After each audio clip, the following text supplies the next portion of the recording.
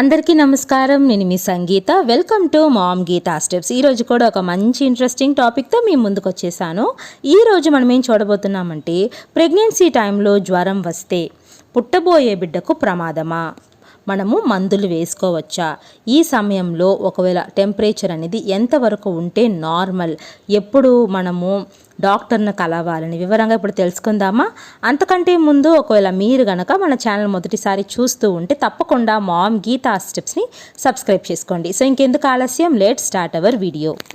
Pregnancy టైంలో మన శరీరంలో అనేక మార్పులు జరుగుతాయండి. అంటే మనకు మూత్ర విసర్జన అధికంగా ఉంటుంది, మలబద్ధకం సమస్య ఉంటుంది, గ్యాస్ట్రిక్ ప్రాబ్లం ఉంటుంది, మానసిక కల్లోలము, స్ట్రెస్, ఇలా ఎన్నో సమస్యలు ఉంటాయి. ఈ యొక్క సమస్యలన్నీ తట్టుకోవడానికి కొన్నిసార్లు శరీరం వల్ల కాకపోవచ్చు, అందువలన అలసిపోయి కూడా కొంతమందికి ఫీవర్ అనేది వస్తుంది. ఇలా వచ్చే ఫీవర్ అయితే చాలా సాధారణంగా 2 to 3 డేస్లో మనకు తగ్గిపోతుంది. టెంపరేచర్ అనేది కూడా ఎక్కువగా ఇంక్రీజ్ అవ్వదు, కొంచెం టయర్డ్నెస్ మాత్రమే ఉంటుంది. సో ఈ ఫీవర్స్కి మీరు భయపడాల్సిన అవసరం ఉండదు. కానీ కొన్నిసార్లు ఫీవర్స్ అనేవి ప్రమాదకరం అవ్వచ్చు. ఎందుకు అని చూస్తే, కొన్ని ఫీవర్స్ అనేవి ఇన్ఫెక్షన్స్ వలన కూడా వస్తాయి.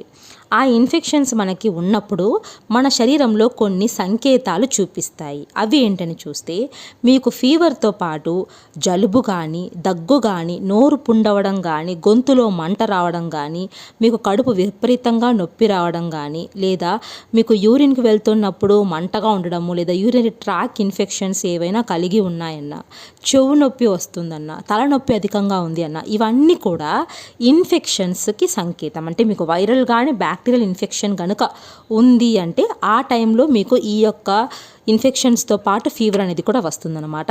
ఆ ఇన్ఫెక్షన్స్ తగ్గేంత వరకు కూడా మనకు ఫీవర్ అనేది తగ్గదు. అలాంటప్పుడు ఇది డేంజరస్ అనమాట. ఈ ఇన్ఫెక్షన్స్ బేబీ వరకు కూడా సోకే అవకాశాలు ఉంటాయి. కాబట్టి ఈ యొక్క అంటే జ్వరంతో పాటు ఈ లక్షణాలు ఏవైనా మీకు కనిపించాయంటే వెంటనే వైద్య సహకారం తీసుకోవాల్సి ఉంటుంది. ఇక ఫీవర్ యొక్క టెంపరేచర్ విషయానికి వస్తే, సాధారణంగా మనకు నార్మల్గా ఫీవర్ అనేది 99 to 100 ఈ యొక్క టెంపరేచర్లో ఉన్నప్పుడు మీకు ప్రాబ్లం అనేది ఉండదండి. అంటే ఇది నార్మల్ ఫీవర్ అన్నమాట. మీకు కనుక 101 కంటే ఎక్కువగా ఉందంటే మాత్రం ఇది డేంజర్, సివియర్ అనమాట. డాక్టర్ దగ్గరకు వెళ్ళాల్సి ఉంటుంది. ప్రెగ్నెన్సీ టైంలో ఫీవర్ వస్తే ఆలస్యం చేయకుండా, శరీరం మరీ వేడెక్కకుండా ఒళ్ళు నార్మల్ టెంపరేచర్లోకి తీసుకురావాలండి. కాబట్టి మీరు గోరువెచ్చని నీటితో లేదా మంచినీటితో స్పాంజింగ్ అనేది చేస్తూ ఉండండి. అంటే మీకు టెంపరేచర్ అనేది ఎక్కువ వేడవ్వకుండా మీరు చూసుకోవాలన్నమాట.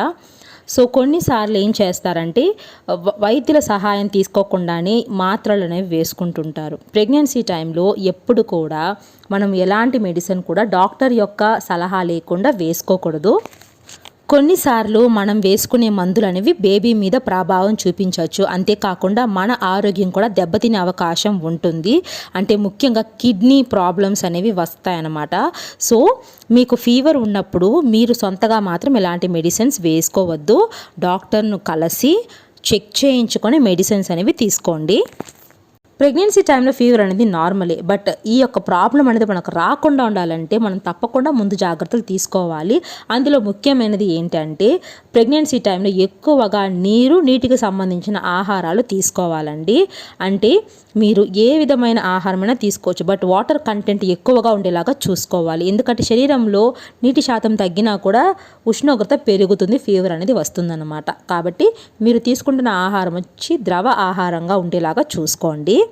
ఇక రెండవదిగా చూస్తే, ఆహారం పట్ల శ్రద్ధ వహించాలి. అంటే కొన్నిసార్లు అవుట్ సైడ్ ఫుడ్ అనేవి కూడా ఇన్ఫెక్షన్స్ని కలిగిస్తాయి. కాబట్టి ఆహారం అనేది పూర్తిగా ఉడికించిన హైజీనిక్గా ఉండే ఆహారం మాత్రమే తీసుకోండి. ఇక మూడవదిగా చూస్తే, ఇంటిని శుభ్రంగా ఉంచుకోవాలి. కొన్నిసార్లు అవుట్ సైడ్ సోర్స్ నుంచి కూడా మనకు ఫీవర్స్ రావచ్చు. కాబట్టి ఇల్లు ఎప్పుడు కూడా పరిశుభ్రంగా ఉండేలాగా చూసుకోండి.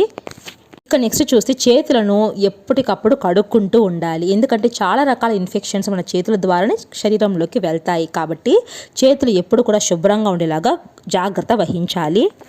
ఇక చివరిగా చూస్తే, అనారోగ్యం కలిగిన వ్యక్తులకు దూరంగా ఉండండి. మనం ఎంత హెల్తీగా ఉన్నా పక్కన గనక ఎవరికైనా అనారోగ్యం వచ్చిందంటే త్వరగా మనకు సోకే అవకాశాలు ఉంటాయండి. కాబట్టి అనారోగ్యం కలిగిన వ్యక్తులకు ఎంత దూరంగా ఉంటే అంత మంచిది గర్భవతులు. సో ఫ్రెండ్స్, చూసారు కదా. ఐ హోప్ ఈ వీడియో మీకు యూస్ఫుల్గా ఉందనుకుంటున్నాను. యూజ్ అనిపిస్తే please like, share and subscribe. Thank you so much for watching.